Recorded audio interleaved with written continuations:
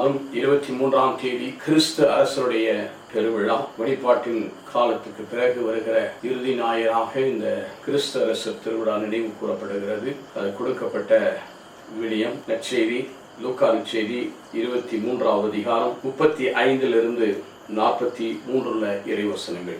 மக்கள் இவற்றை பார்த்து கொண்டு நின்றார்கள். ஆட்சியாளர்கள் பிறரை விடுவித்தான், இவன் கடவுளின் மெசியாவும் தேர்ந்தெடுக்கப்பட்டவனுமானால் தன்னையே விடுவித்துக் கொள்ளட்டும் என்று கேலி செய்தார்கள். படைவீரர்கள் வந்து குளித்த திராட்சரசத்தை கொடுத்து, யூதரின் அரசனால் உன்னை காப்பாற்றிக் கொள் என்று எள்ளி நகையாடினர். இவன் யூதரின் அரசன் என்று அவருடைய சிலுவை மேல் எழுதி வைக்கப்பட்டிருந்தது. சிலுவையில் தொங்கிக் கொண்டிருந்த குற்றவாளிகள் ஒருவன், நீ மெசியா தானே, உன்னை எங்களை காப்பாற்றும் என்று அவரை பழித்துரைத்தான். ஆனால் மற்றவன் அவனை கடிந்து கொண்டு, கடவுளுக்கு நீ அஞ்சுவதில்லை, நீயும் அதே தீர்ப்புக்குள்ளாகி இருக்கிறாய். நாம் தண்டிக்கப்படுவது முறையே நாம் செயலுக்கேற்ற தண்டனை பெறுகிறோம், இவர் ஒரு குற்றம் செய்யவில்லை என்று பதில் உரைத்தான். பின்பு அவன் இயேசுவை, நீர் ஆட்சியும் பெற்று வரும்போது என்னை நினைவு கூறும் என்றான். அதற்கு இயேசு அவனிடம், நீர் இன்று என்னோடு பேரின்ப வீட்டில் இருப்பாய் என உறுதியாக உங்களுக்கு சொல்லுகிறேன் என்றார்.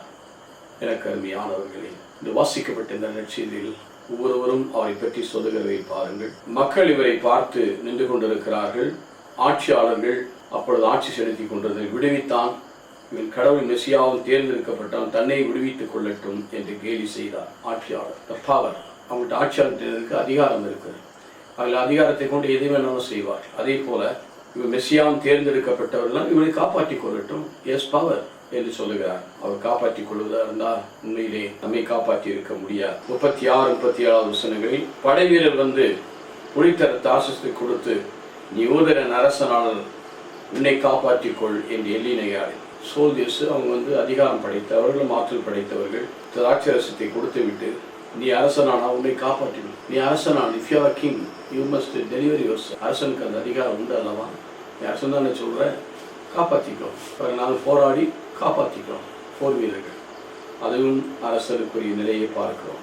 அடுத்து, இவன் யூதரின் அரசன் என்று சிலுவை மேல் எழுதி வைக்கப்பட்டது. INRI, இரேனியூஸ் நசரேனின் ரெக்ஸஸ் இரேனியூஸ். இதோ யூதரின் நாசரேத்து இயேசு யூதன் ராஜா. அதை அவர்கள் மாற்றச் சொன்னார். அவன் சொல்வதாக எழுதியது எழுதிய what is written is written.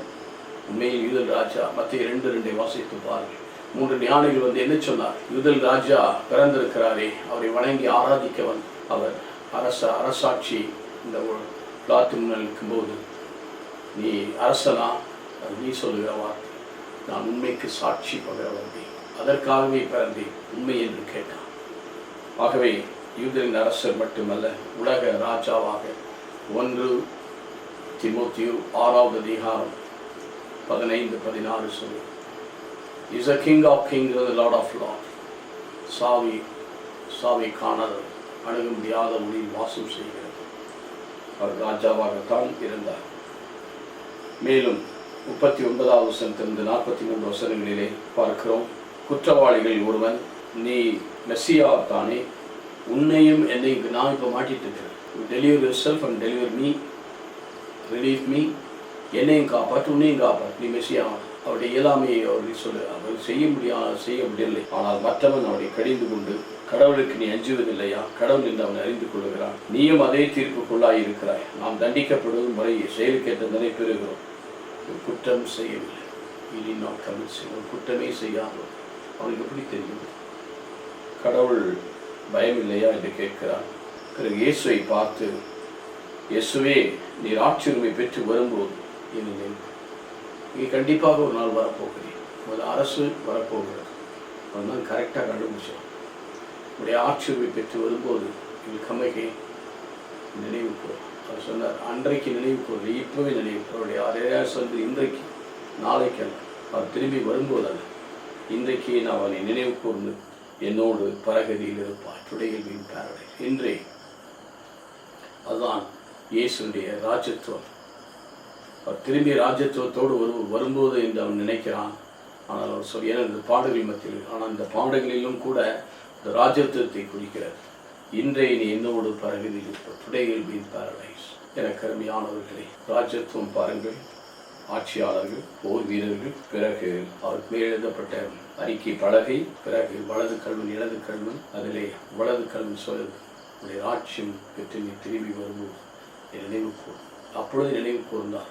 அன்றே அவனோடு எடுத்துக் கொள்ளப்பட்டார். என் அன்பார்ந்தவர்களே, நம்முடைய வாழ்வும் கிறிஸ்து அரசருக்குள் இன்னாலும் அவருடைய ஆட்சிக்குள் இறையாட்சியில் நாம் பிள்ளைகளாக மாற நமக்கு அழைப்பு கொடுக்கப்பட்டிருக்கிறது.